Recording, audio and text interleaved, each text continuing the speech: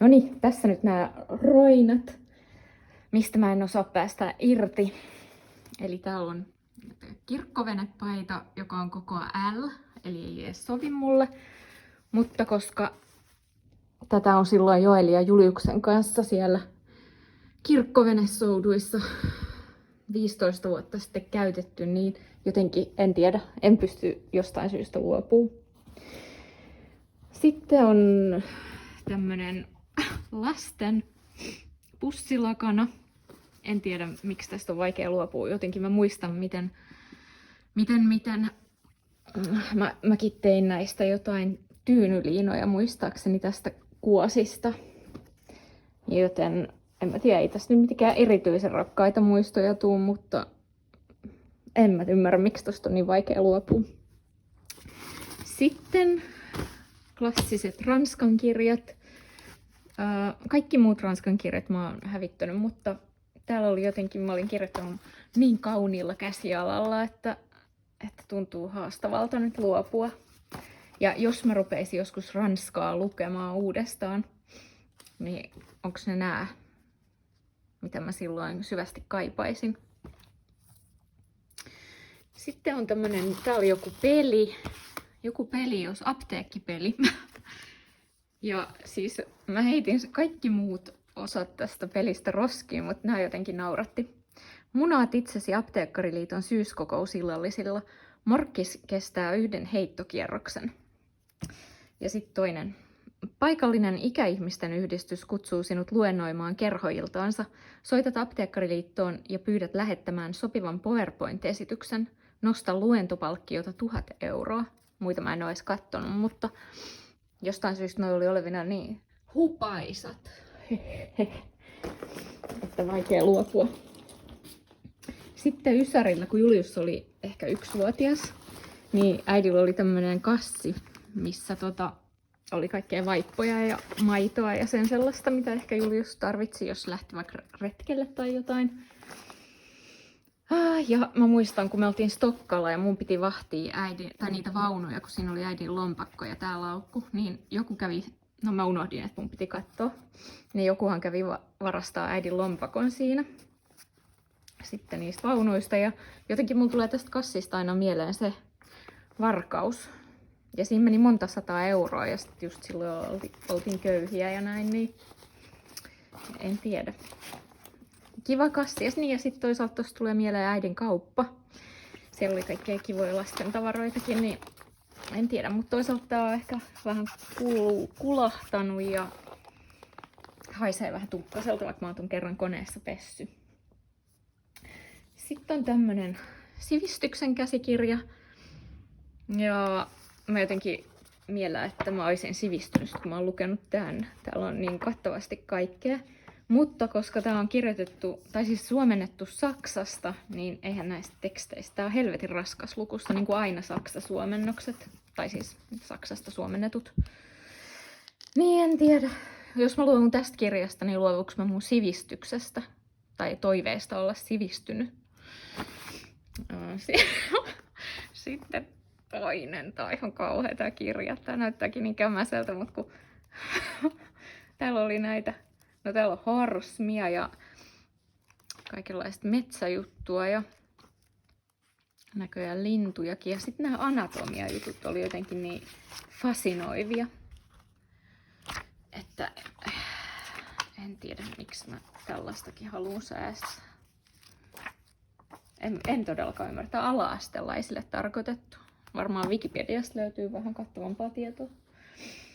No sitten on tää yöpaita, jonka mä oon saanut vuonna 1996.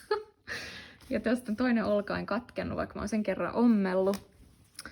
Mutta mä sain tän silloin isiltä ja vaikka tää on vähän pieni, niin jotenkin mä en tohdi luopua tosta.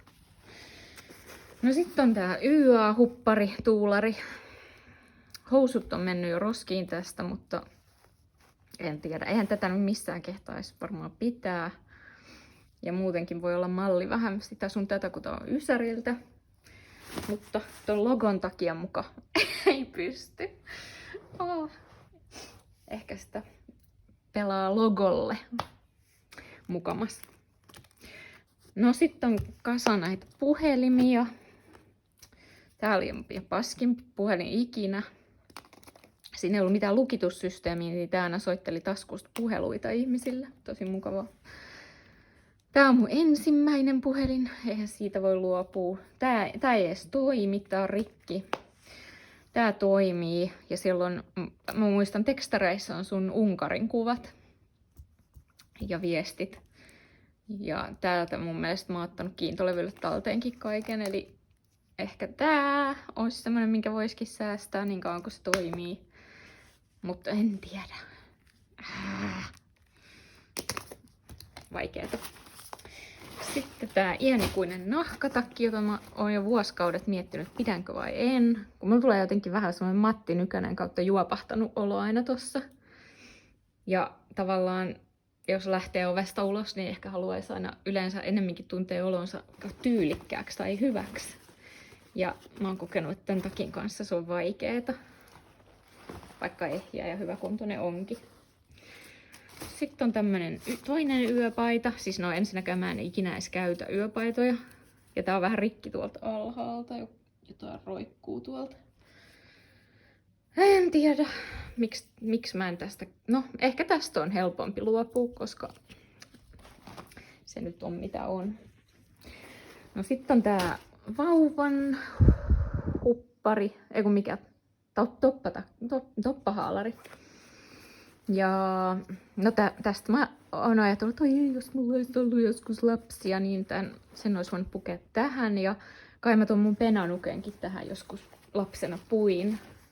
Mutta se nyt on vaan yksi vaate. Ehkäpä se, kun tää on niin söpön näköinen jotenkin. Mutta en tiedä, mä en sillä mitään tee. Sitten on kauniit, ihanat tohvelit, jotka on vähän elähtäneet. Mutta nämä on sun nostamat, niin mä oon ajatellut, että en mä näitä voi heittää pois. Mutta ehkä olisi oikeasti aika. Sitten on tää vanha, ihanan raskas, painaa varmaan 20 kiloa, läppäri. Oi, minkä näköinen. No, kaikki tiedostot on kiintolevyllä ja niin, että ei kai tällä oikeasti mitään tee. Jos nyt sitten johonkin sais ettei mitään dataa päädy mihinkään väärinkäsiin. No sitten on tää hame. Mä en oo pitänyt tätä kertaakaan, koska mulla on jotenkin, tää tulee yli polven, niin mulla on kauhean tätimäinen olo tässä. Vaikka tää on tosi hyväkuntoinen ja hyvälaatuinen, niin totuus vaan on, että ei mun oo tullut pidettyä tämmösiä kynähameita, vai mitä nää nyt on. No sitten on tää, äiti antoi tän, tää oli siltä melkein 100-vuotiaalta asiakasnaiselta, mutta tääkin on vähän semmonen, että kun mulla tulee aina hiki, kauhea hiki tulee tämmösissä, niin ei tuu silleen pidettyä. Ja itse asiassa toi varmaan vähän, tai onkin vähän nukkaantunut. Olisiko sitten ikkunalauta kamaa? No sitten on taas nää, mitä mä oon monta vuotta pohtinut. Siis onhan nää aika huonossa kunnossa. No toi oli kuin roska, mutta muutenkin aika elähtäneet ehkäpä. Mutta toisaalta ihan kivat, vaan ei tule ikinä pidettyä. Ja sitten on tämmönen äidin 80-luvulta tämmönen tosi pitkä hame villaa. No villasta tulee lähinnä mieleen, että onko tuo turkiskuoriaisia. Ja sitten en mä nyt muutenkaan ole semmonen pitkien hameiden ihminen. Mutta jotenkin tossa taas mä muistan, kun kun äiti vei mua tarhaan ja silloin oli aina, kun se meni töihin, niin tommosia hienoja hameita ja kaikkea, niin tulee ne muistot mieleen, mutta ehkä niistä hameista on kuviakin. Ehkä mä en tarvii mut kaikkea tällaista, mitä oikeasti mistä vois vaan luopua heti ja olla kevyemmin mielin. Mutta ei ole helppoa.